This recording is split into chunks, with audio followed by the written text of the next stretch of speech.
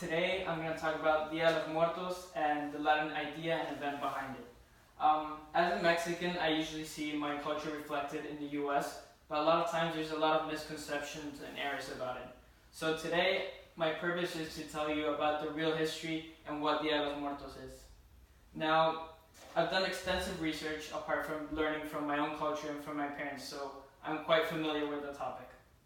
Now, let me ask, does anyone know what Dia de los Muertos is? Sort of? Okay, that's what I'm here for today. Okay, so let's start with a little bit of history. Now, according to the Smithsonian Library, the Aztecs, the Toltecs, and the Mayans all had a different way of celebrating life and death. All three cultures celebrated death by months. Each month, they would celebrate a way in which a warrior or somebody of the member died. For example, in January, they would celebrate all the warriors. In February, they would celebrate all the people who died by drowning, etc., etc. So it wasn't until 1521 when the Spanish conquistadors actually conquered Mexico, and they realized that the Aztecs had a very similar celebration of the Catholic All Souls and All Hallows Day. So according to Emily Sherman, the friars and all the priests, they realized that because of the similarities, and they wanted to convert it into a Catholic or Christian celebration. So they pushed the Aztec Day of the Dead to All Saints and also All Souls Day, which is November 2nd. Now, there's a relationship between Day of the Dead and All Saints, but not Halloween. Halloween is actually a Celtic celebration of New Year's. Even though they share similarities, they are not the same celebration. Okay, so now I'm going to tell you what Dia de los Muertos is. It's actually it's 2-day celebration. November 1st, which is called Dia de los Inocentes, which is in English Day of the Innocents. It's the day we celebrate the death of all the children. And then November 2nd is Dia de los Muertos, which is celebrating death, or actually the life of all the adults. Now, according to National Geographic, the celebration is not about death. It's about celebrating and embracing the life. All our familiars, friends, lovers, all they went through life. And the purpose of the celebration is thought to believe that the dead come back one day per year to celebrate with us again. So we offer them a shrine, pictures, food, drinks, anything they loved, really. It's a matter of embracing and remembering the name of all the dead. Now, the altars and offerings are very different, and it's become a tradition, really. Every year, you'll always see these 4 main traditions.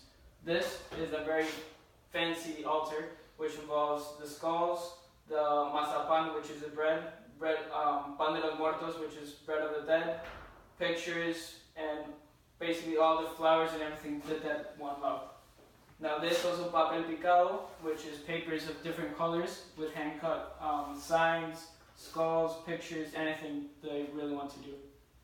And then there's always a parade, which is everyone dressed up in normal clothes with a skull painted on their face.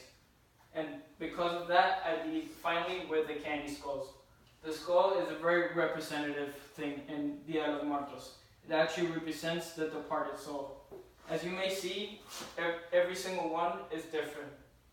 Now, originally, the skulls had the names written in their forehead, and it represented the person as well as the art, depending on who the person was. Now, every single time, the skull is always smiling, because as we said, the celebration is about life. Death is viewed as something natural, and therefore we don't have to be sad about it. Now, I'm going to show you a brief video so you can see how it partakes.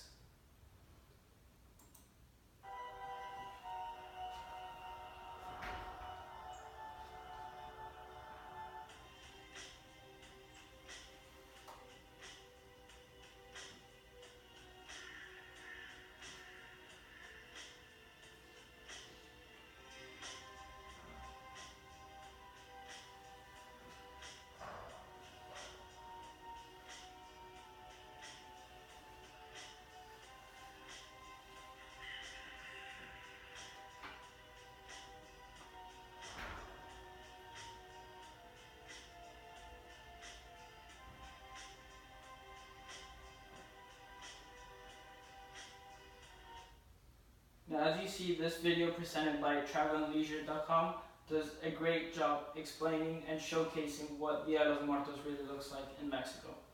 So in conclusion, what you guys can remember is that Dia de los Muertos is actually a combination between a Catholic and an Aztec celebration of life and death, and it has actually no connection with Halloween at all. And the skull is the most representative aspect of Dia de los Muertos. Now we're going to have this short Q&A for anything you guys want to ask me about. Any questions? Great. Have you heard about the new Pixar movie coming out about Dia de los Muertos? Actually, I have. And do you think it represents the culture? From what I've seen, it does, but I can't truly tell you if it's fully representative until I watch the movie. Because they always start like that. Maybe skulls and a lot of dead people walking around, usually in movies, but you can't tell until you've actually seen the entire movie. Any questions? Yes. Is it a custom to trick or treat? Not to trick or treat, but to paint the skulls on faces, yes. And for the candy skulls, is it a tradition to do it at home? Oh, actually, thank you for reminding me about that. These skulls are, as you can see, the different types of candies, and they're actually not made at home. It's very, very difficult to make all the types of skulls, so they're actually manufactured by hand in small shops by people who have been doing it for years and years, and then they sell it to other people. And you can either keep it as a decoration, as I have, or you can eat it if you want. They're just really full of sugar, so it's up to you guys. Any other questions? Okay, thank you very much.